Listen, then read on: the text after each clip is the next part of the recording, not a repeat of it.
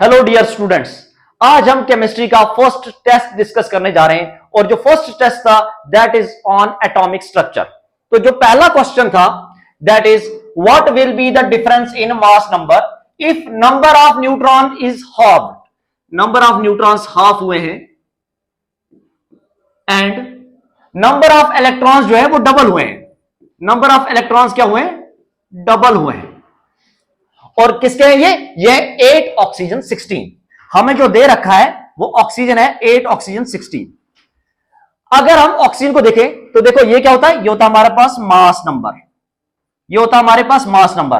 और mass number equal होता है number of neutrons plus protons. तो number of neutrons plus number of protons किसके बराबर है? यहां पे 16। और एटॉमिक नंबर कितना है इसका? एटॉमिक नंबर है 8। एटॉमिक नंबर जो है वो है 8। बोले तो नंबर ऑफ प्रोटॉन्स भी कितने हैं इसके अंदर? नंबर ऑफ प्रोटॉन्स 8 है। अगर नंबर ऑफ प्रोटॉन्स है 8 तो न्यूट्रॉन्स भी कितने होंगे? न्यूट्रॉन्स भी होंगे 8, क्योंकि न्यूट्रॉन्स प्लस प्रोटॉन्स क्या होता है? मास नंबर, वो है इक्वल्स टू 16। ये हमारे पास गिवन इंफॉर्मेशन है। अब क्वेश्चन ने क्या बोला है कि नंबर ऑफ न्यूट्रॉन्स हाफ कर दिए। अगर अब आपने न्यूट्रॉन्स हाफ कर दिए, न्यूट्रॉन्स थे कितने हमारे पास? 8 थे, इसका हाफ कर दोगे तो कितने हो गए? न्यूट्रॉन्स हो गए 4। और क्या इंफॉर्मेशन? इलेक्ट्रॉन डबल कर दिए। इलेक्ट्रॉन कितने थे पहले? इलेक्ट्रॉन कितने थे? जो एटॉमिक नंबर है 8, तो नंबर ऑफ प्रोटॉन भी 8 होंगे और नंबर ऑफ इलेक्ट्रॉन्स भी कितने होंगे? 8। तो अगर इलेक्ट्रॉन्स डबल कर दिए तो इलेक्ट्रॉन्स हो जाएंगे 16। लेकिन प्रोटॉन्स के साथ कुछ नहीं किया, तो प्रोटॉन्स पहले भी 8 थे, अब भी प्रोटॉन्स कितने होंगे? अब भी प्रोटॉन्स 8 होंगे। और देखो हमें पूछा है कि मास नंबर में क्या डिफरेंस आएगा। मास नंबर क्या होता है? Number of protons plus number of electrons. तो प्रोटॉन्स है 4, इलेक्ट्रॉन्स है 8, तो मास नंबर कितना हुआ? 8 प्लस 4 इज 12। अब हमें निकालना है कि कितना चेंज हुआ। तो चेंज जो है वो हम कैसे निकालेंगे? वो हम निकालेंगे, देखो, चेंज अपॉन इनिशियल इंटू 100 ये हम निकालेंगे परसेंटेज चेंज इन मास। तो देखो चेंज कैसे निकालते हैं? चेंज निकालते हैं हम फाइनल माइनस इनिशियल। तो फाइनल मास नंबर कितना है हमारे पास? दैट इज 12 माइनस इनिशियल कितना था हमारे पास? दैट इज 16 अपॉन में इनिशियल कितना है? दैट इज 16 इंटू कर दो 100। तो 12 माइनस 16 कितना होता है? 12 minus 16 is -4 divide by 16 into 100। अब ये जो माइनस है, माइनस इंडिकेट कर रहा है कि मास क्या हुआ? यहां पे डिक्रीज हुआ है। अगर इतना ही सॉल्व किया होता तब भी हमें आंसर में दिख गया, देखो यहां पे इंक्रीज, यहां पे इंक्रीज। एक ही ऑप्शन ऐसा है जहां डिक्रीज है। और देखो कितना हो रहा है डिक्रीज, इसको सॉल्व करो। ये क्या हुआ? 1/4 इंटू 100। और 1/4 जो होता है ना वो होता है 25%। और 25% क्या हुआ? यहां पे डिक्रीज हुआ है। तो ऑप्शन 1 क्या होगा इसका करेक्ट आंसर।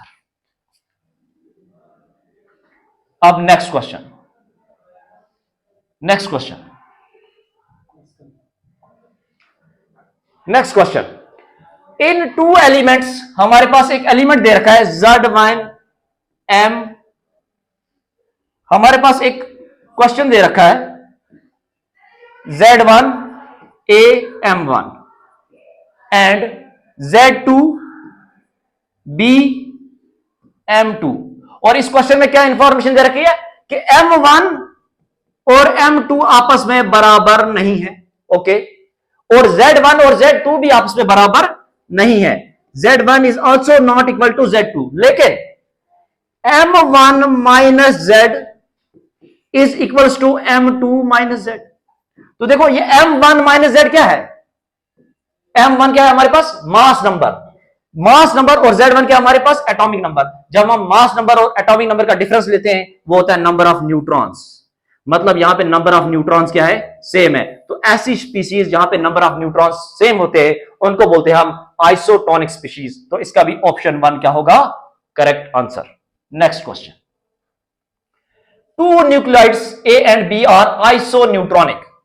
2 न्यूक्लियोइड्स है, एक A है और ये B है, और ये आपस में आइसोन्यूट्रॉनिक है। इनके नंबर ऑफ न्यूट्रॉन्स क्या है? सेम है। Their mass numbers are 76 and 77। Okay, if the atomic number of A is 32, अगर इसका एटॉमिक नंबर 32 है, then the atomic number of B का एटॉमिक नंबर पूछा है, और हमें पता है ये आइसोन्यूट्रॉनिक है, नंबर ऑफ न्यूट्रॉन्स, हाँ बिल्कुल सेम होना चाहिए।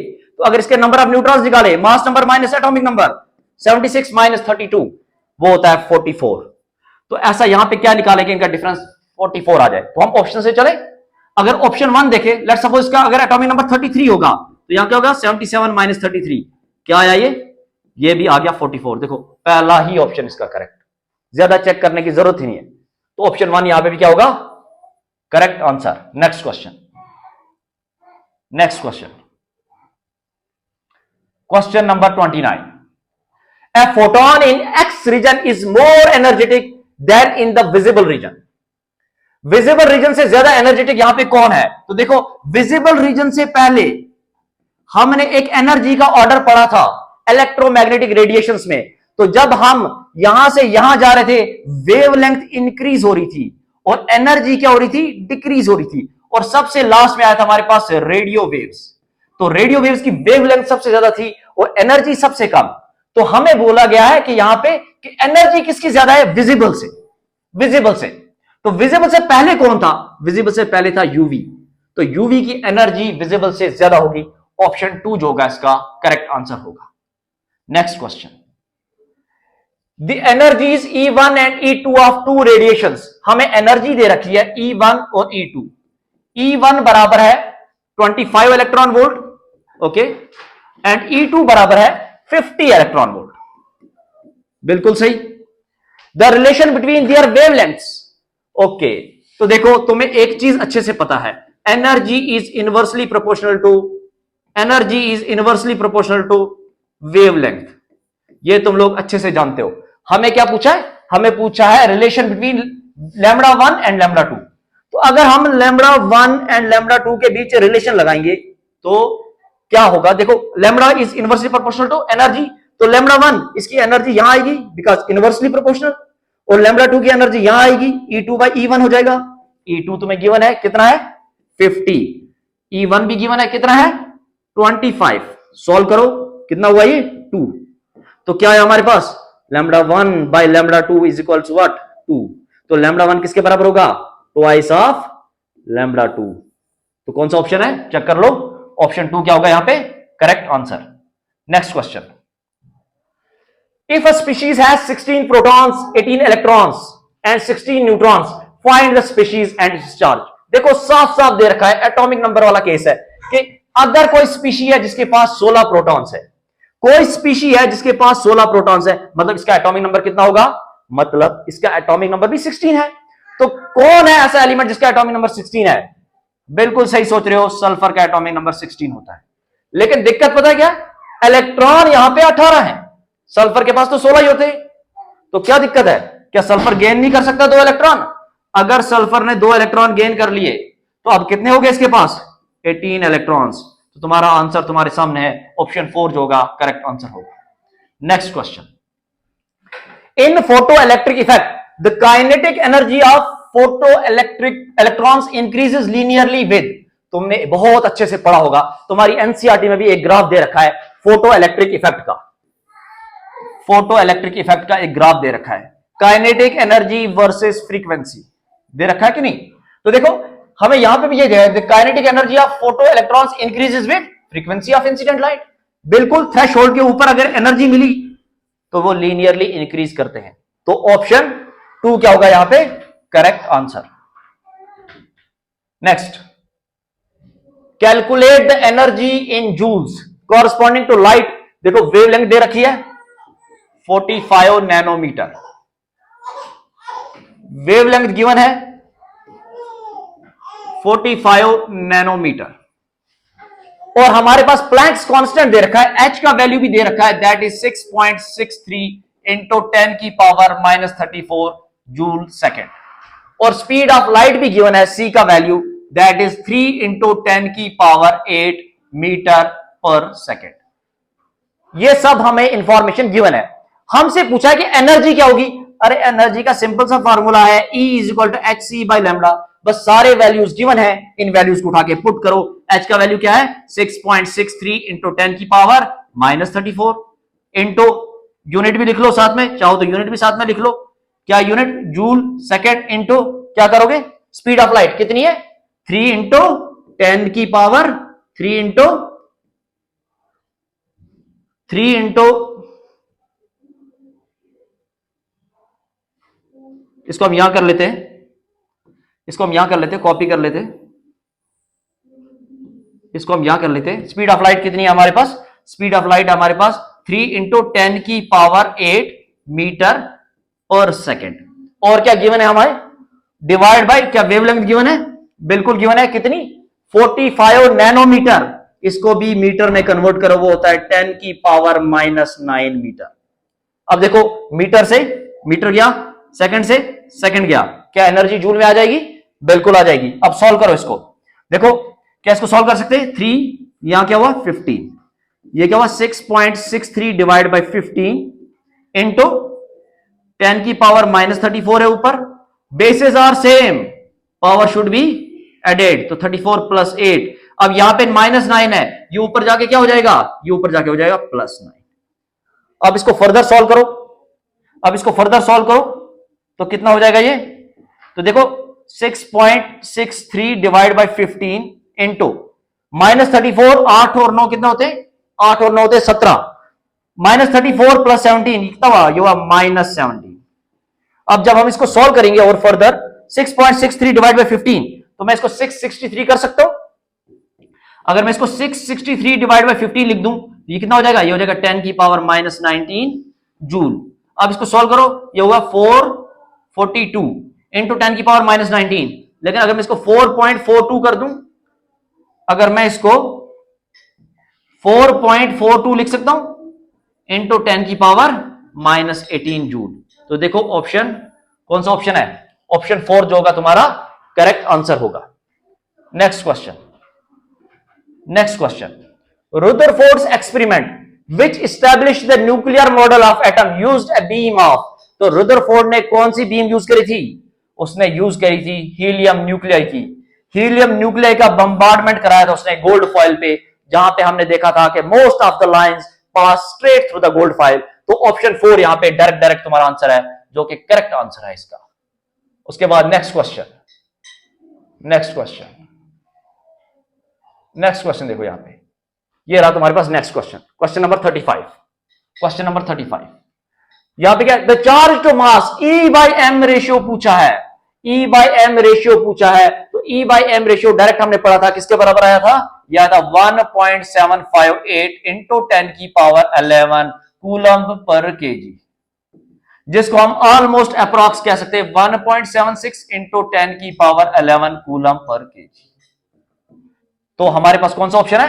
ऑप्शन 3 जो होगा इसका करेक्ट आंसर होगा। Next question, When alpha ray strikes a thin gold foil, जब alpha rays thin gold foil से टकराई थी तो क्या हुआ था? क्या हुआ था? Most of the rays pass straight through without any deviation, और वहां से हमने कंक्लूजन निकाला था कि most of the space inside atom is empty. तो कौन सा आंसर होगा? ऑप्शन 4 इसका क्या होगा correct answer. Next question, nucleus was discovered by, किसने डिस्कवर करा था? बिल्कुल सही, रुदरफोर्ड, बिल्कुल सही, Rutherford. Next question 38, if two neutrons are added to an element x, let's suppose element हम मान लेते हैं कोई x element, let's suppose carbon मान लेते हैं। अगर इसमें हमने 2 न्यूट्रॉन ऐड करें, क्या ऐड करा हमने? 2 न्यूट्रॉन्स ऐड करें, 2 न्यूट्रॉन्स ऐड करें, then it will gets converted into. तो लेट्स सपोज ये हमारे पास इनिशियल था 6 कार्बन 12, अगर तुम इसमें 2 न्यूट्रॉन ऐड करोगे तो ये किसमें कन्वर्ट हो जाएगा? 6 कार्बन 14 में। तो इसमें क्या रिलेशन है? देखो एटॉमिक नंबर दोनों में क्या है? सेम है। मास नंबर क्या है? डिफरेंट है। मास नंबर जब डिफरेंट होता है, एटॉमिक नंबर जब सेम होता है, तो ऐसी स्पीशीज को हम बोलते हैं आइसोटोप्स। क्या बोलते हैं हम इसको? आइसोटोप्स। इसका भी ऑप्शन 1 क्या होगा करेक्ट आंसर होगा। Next question, next question, the correct sequence of frequency of electromagnetic radiation in electromagnetic spectrum. यहां से हमें पूछा है करेक्ट सीक्वेंस ऑफ फ्रीक्वेंसी। अभी हमने थोड़ी देर पहले डिस्कस करा कि अगर हम ऐसे जा रहे थे, हमारा वेवलेंथ इंक्रीज हो रहा था और फ्रीक्वेंसी डिक्रीज हो रहा था, और we can say energy decrease हो रही थी, और सबसे लास्ट में था हमारे पास से रेडियो वेव्स। क्या थे हमारे पास सबसे लास्ट में? Radio waves. इनकी वेवलेंथ सबसे ज्यादा, फ्रीक्वेंसी सबसे कम। तो देखो कौन से ऑप्शन में रेडियो वेव सबसे लास्ट पे है, ज्यादा सोचना ही नहीं। देखो यहां पे देखो पहले ऑप्शन में रेडियो वेव सबसे लास्ट में, मतलब इसकी फ्रीक्वेंसी सबसे कम होगी। चुपचाप आंख बंद करके ऑप्शन 1 लगा दो, तुम्हारा आंसर करेक्ट होगा। Next question,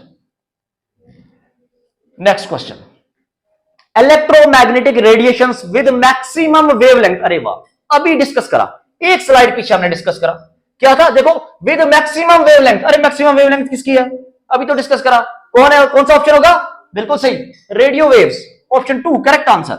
next, next, which of the following pairs are isosteres. अरे वाह, बहुत बढ़िया, अच्छा क्वेश्चन है। आइसोस्टेयर्स क्या होता है?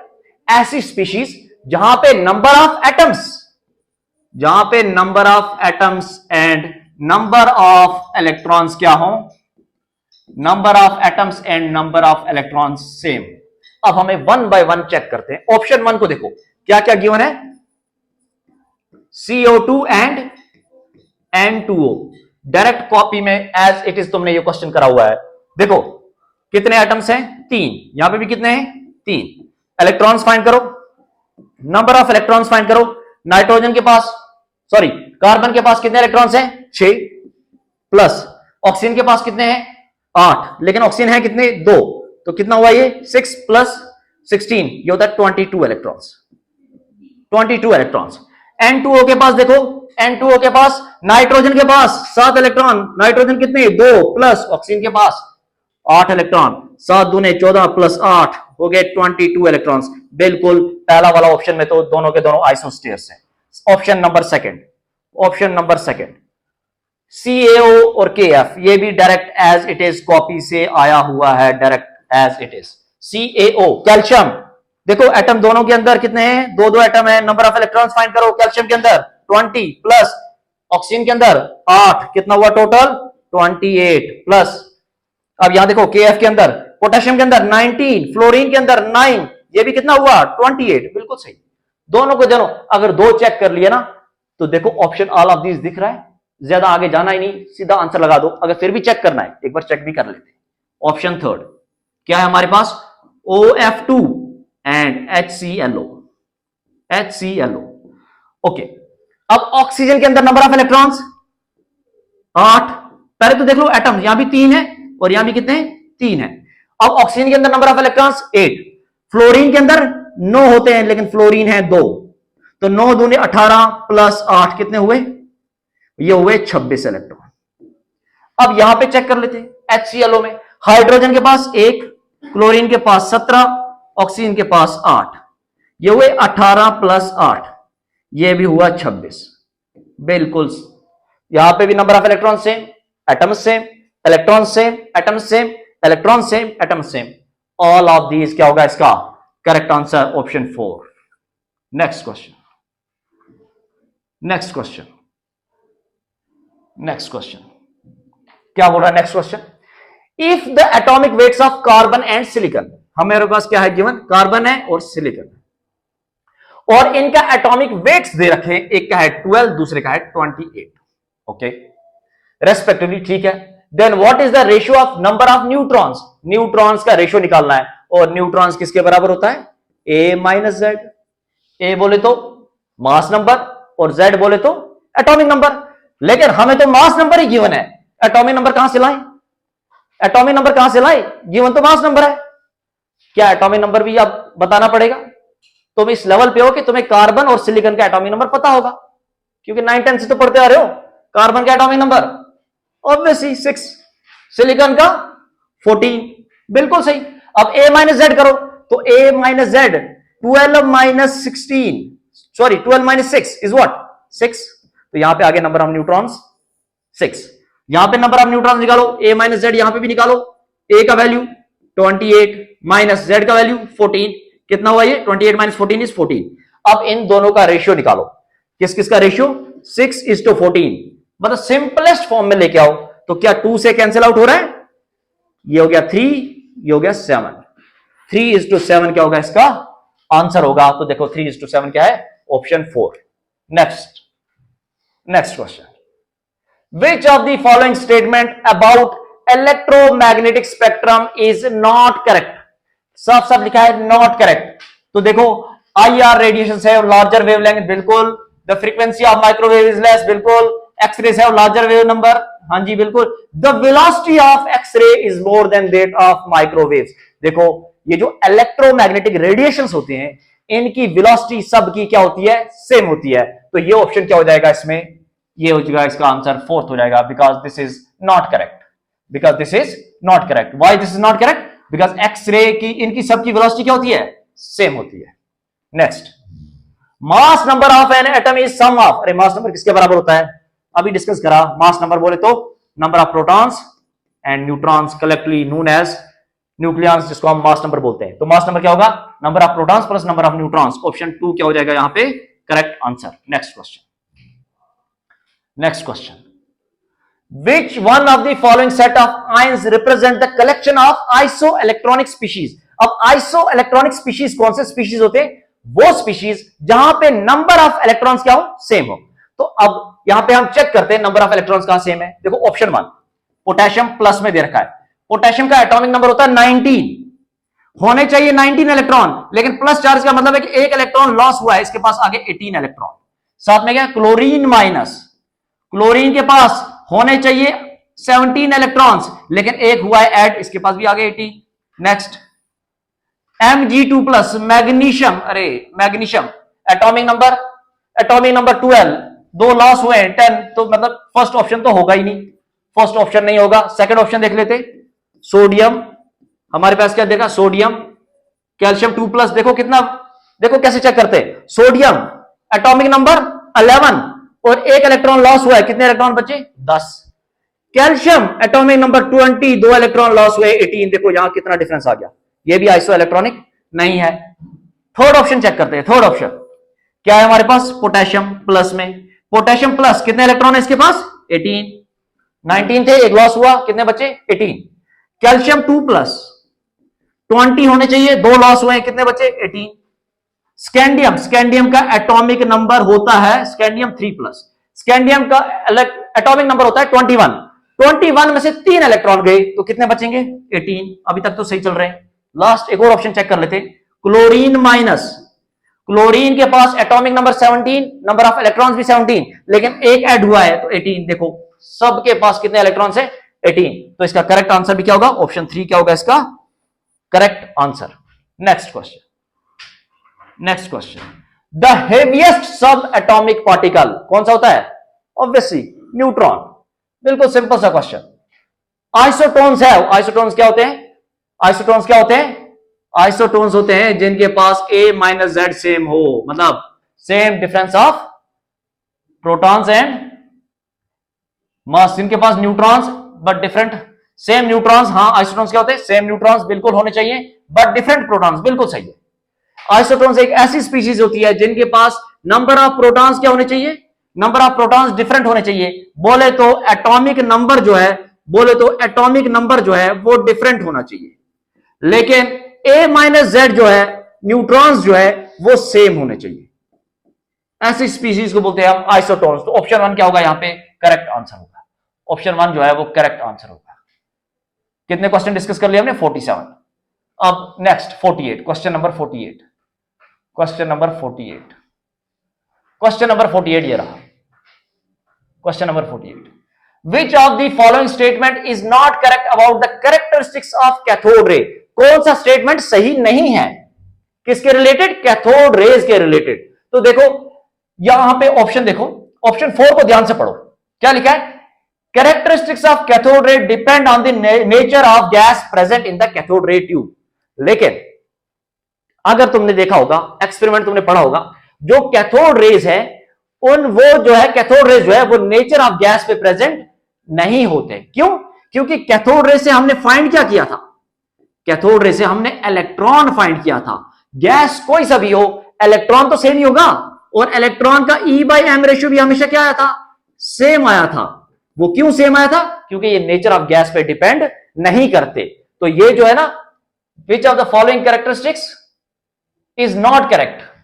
तो देखो ऑप्शन 4 क्या बोल रहा है, the characteristics of cathode ray depend on the nature of gas. तो नहीं, ये बिल्कुल भी नेचर ऑफ गैस पे डिपेंड नहीं कर रहे, क्योंकि यहां पे E/m रेशियो बार बार क्या आ रहा था, सेम आ रहा था। Next question 49, which of the following are isoelectronic species. अभी जस्ट हमने इस टाइप का एक क्वेश्चन किया था, फिर से दोबारा से देख लगते हैं। देखो ऑप्शन 1 क्या हमारे पास NH3, तो इनमें से कौन सा आइसो इलेक्ट्रॉनिक स्पीशीज का पेयर है, हमें यह ढूंढना है। तो फर्स्ट ऑप्शन क्या है NH3, नाइट्रोजन के अंदर नंबर ऑफ इलेक्ट्रॉन्स, नाइट्रोजन का एटॉमिक नंबर 7, तो नंबर ऑफ इलेक्ट्रॉन्स भी क्या होंगे 7। और हाइड्रोजन के पास होता है 1 इलेक्ट्रॉन, लेकिन 3 हाइड्रोजन है, 3 इंटू 1, टोटल कितना हुआ 7 प्लस 3 कितना हुआ, इसके पास आगे 10 इलेक्ट्रॉन्स। ओके, नेक्स्ट चेक करते हैं, नेक्स्ट चेक करते हैं, that is CH3 plus, CH3 plus, carbon के पास 6 इलेक्ट्रॉन प्लस हाइड्रोजन के पास 3 इलेक्ट्रॉन, लेकिन 3 हाइड्रोजन 3 इलेक्ट्रॉन, लेकिन एक प्लस चार्ज है यहां, और ये जो प्लस चार्ज है मतलब 1 इलेक्ट्रॉन लॉस हुआ है, तो कितना हुआ 6 plus 3 is 9 minus 1 is 8। Okay, next third option, third option किसका, NH2 minus, NH2 minus, nitrogen के पास 7 इलेक्ट्रॉन और हाइड्रोजन कितने हैं 2, और माइनस चार्ज बोले तो 1 इलेक्ट्रॉन ऐड हुआ है, तो 7 प्लस 2 प्लस 1 कितना हुआ 10। नेक्स्ट ऑप्शन देख लेते हैं, NH4 plus, NH4 plus, option 4 NH4 plus. तो देखो नाइट्रोजन के पास 7 इलेक्ट्रॉन, 4 हाइड्रोजन है और एक लॉस हुआ है, प्लस चार्ज बोले तो 1 इलेक्ट्रॉन लॉस हुआ है, तो 7 प्लस 3 10। तो देखो यहां पे भी 10 इलेक्ट्रॉन, यहां पे भी 10 इलेक्ट्रॉन, यहां पे भी 10 इलेक्ट्रॉन, सिर्फ एक ही ऐसा ऑप्शन है जिसमें 8 इलेक्ट्रॉन्स है। तो ये तीनों की तीनों आपस में क्या होंगे, आइसो इलेक्ट्रॉनिक स्पीशीज 1, 3 एंड 4। तो कौन से ऑप्शन में 1, 3 एंड 4 है, 1, 3 एंड 4, ऑप्शन डी जो होगा तुम्हारा करेक्ट आंसर होगा, ऑप्शन डी जो होगा करेक्ट आंसर होगा। Next question, question number 50। A black body is an ideal body that emits and absorbs radiation of all frequencies। बिल्कुल सही, ब्लैक बॉडी एक ऐसी बॉडी होती है जो perfect emitter as well as perfect absorber हो। बिल्कुल सही, असर्शन बिल्कुल ठीक है, असर्शन एकदम सही है, एकदम सही है। रीजन क्या है, the frequency of radiation emitted by a black body, emitted by a body goes from lower frequency to higher frequency with increase in temperature. ये भी बिल्कुल सही है, ये भी बिल्कुल सही है। अगर तुम लोअर फ्रीक्वेंसी डालोगे तो टेम्परेचर लो होगा तो फ्रीक्वेंसी भी लो होगी, तो फ्रीक्वेंसी लो होगी तो रेडिएशन भी लोअर होगी, और जैसे टेम्परेचर इंक्रीज करोगे फ्रीक्वेंसी बढ़ेगी, रेडिएशन बढ़ेगी। तो बिल्कुल सही है, असर्शन भी सही है, रीजन भी सही है। लेकिन ध्यान से देखो, रीजन ये नहीं बता रहा कि ब्लैक बॉडी परफेक्ट इमिटर और परफेक्ट एब्जॉर्बर क्यों है। ऑल्दो रीजन सही है, लेकिन रीजन जो है असर्शन को एक्सप्लेन नहीं कर रहा। तो देखो both assertion and reason are true, yes both assertion and reason, yes both assertion and reason are true, but reason is not the correct explanation। Option 2 इसका क्या होगा, करेक्ट आंसर होगा। ये हमारा फिजिकल केमिस्ट्री का पोर्शन यहां पे complete.